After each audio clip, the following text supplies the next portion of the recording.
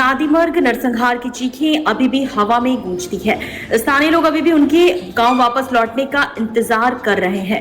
23 मार्च 2003 को लश्कर-ए-तैयब के आतंकवादी शोपियान जिले के नादिमर्ग गांव में कश्मीरी पंडितों के घर में घुस गए, जहां उन्होंने 23 पंडितों को एक पंक्ति में खड़ा किया और उन पर अंधाधुंध गोलीबारी की और निर्मम हत्या कर दी। वे मनहूस रात जब 22 दिसंबर की आधी रात को करीब 1 बजे भरी गोलीबारी की आवाज से पड़ोसी जाग गए। गांव में अभी भी उसकी चीख पुकार मची हुई है। 65 साल से लेकर 2 साल तक के सभी लोगों के पास के इलाके से आए लश्कर के आतंकवादियों ने गोली मार दी, जबकि गाँव में उन कश्मीरी पंडितों की सुरक्षा के लिए सुरक्षा गार्ड थे जो वहां रह रहे थे। घरों को छोड़ दिया गया है और अभी भी उनकी देखभाल नहीं की गई है और वे किसी ऐसे व्यक्ति के स्वागत की प्रतीक्षा कर रहे हैं जो प्रवेश करेगा और मुस्लिम आबादी के बाद हमेशा की तरह वहां रहेगा। हालांकि आसपास के मुसलमान उस दुर्भाग्यपूर्ण दिन को याद करते हैं जब पंडित एक पंक्ति में खड़े हो गए और उन पर अंधाधुंध गोलीबारी की गई और एक निर्मम हत्या में उनकी हत्या कर दी गई। उन्होंने आगे कहा कि 23 तारीख की सुबह उन्हें पता चला कि रात की फायरिंग में करीब 23 कश्मीरी पंडितों पर फायरिंग कर उन्हें मार दिया गया है। 23 मार्च 2003 को कश्मीर के इतिहास में एक काला दिन दर्ज किया गया था, जब नादिमर्ग का शांत गांव अकथनीय आतंक का स्थल बन गया। उस भयावह रात में आतंकवादियों ने आतंक की लहर फैला दी और एक भीषण नरसंहार में 24 निर्दोष कश्मीरी हिंदुओं की जान ले ली, जिसने देश को अंदर तक झकझोर कर रख दिया। जम्मू और कश्मीर में पुलवामा जिले के सुरम्य परिदृश्य के बीच स्थित नादिमर्ग कश्मीरी हिंदुओं के लिए घनिष्ठ समुदाय का घर था। हालांकि इस रमणीय गांव की शांति तब भंग हो गई जब पाकिस्तान प्रायोजित लश्कर-ए-तैयबा के आतंकवादियों का एक समूह हथियारों से लैस और चरमपंथी विचारधारा से प्रेरित होकर निडर ग्रामीणों पर टूट पड़ा। अंधेरे की आड़ में आतंकवादियों ने नादिमर्ग के शांतिपूर्ण निवासियों पर बर्बर हमला किया और अपने रास्ते में आने वाले किसी भी व्यक्ति को नहीं छोड़ा। पुरुषों, महिलाओं और बच्चों को उनके ही घरों में बेरहमी से गोलियों से भून दिया गया। दया की उनकी पुकार गोलियों की गगनभेदी गर्जना में दब गई।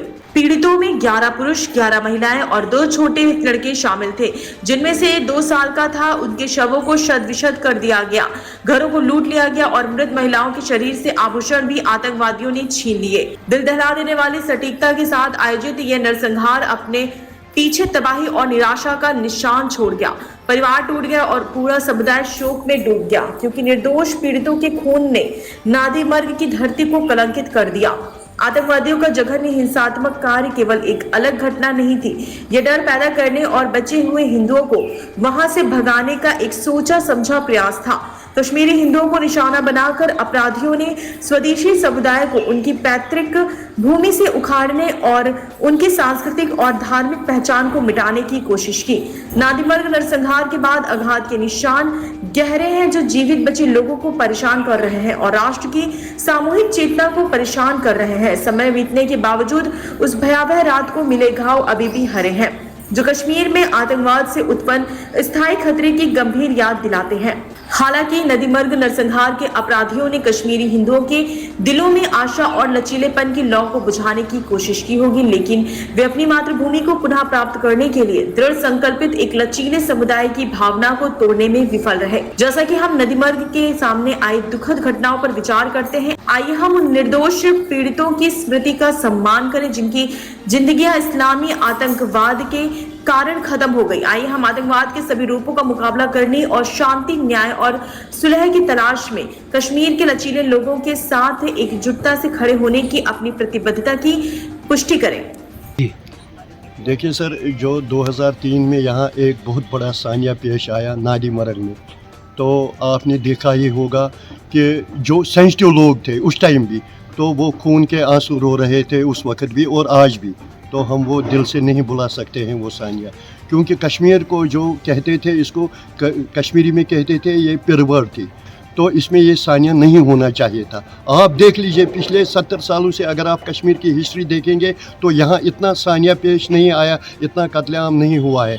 तो हम लोग भी आज दिल से उनको दुआएं देते हैं, उनको श्रद्धांजलि अर्पण करते हैं, क्योंकि वो हिंदू जो थे वो हमारे भाई हैं। उस वक्त भी भाई थे, आज भी भाई हैं, क्योंकि हम उन्हीं के साथ पले बड़े हैं, उन्हीं के घर में बैठते थे, वो हमारे घर में आते थे, हम उनके घर में रहते थे, तो एक साथ पढ़ते थे। हम इनको बहुत मिस करते हैं। अभी भी हमारे दिलों में है, तो हम कैसे वो बोल सकते हैं। आप देख लीजिए कि कश्मीरी की जो फितरत है, जो आम कश्मीरी है, उसकी फितरत यही है कि ये एक जो बाग था हमारा, ये हर फूल से ये सजा हुआ था।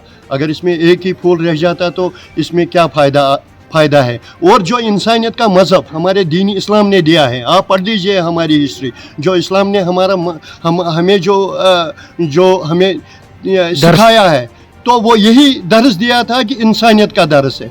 तो न जाने आज हम कैसे भूल जाएंगे उसको। आज भी हम दिल से रो रहे हैं उनके खातिर।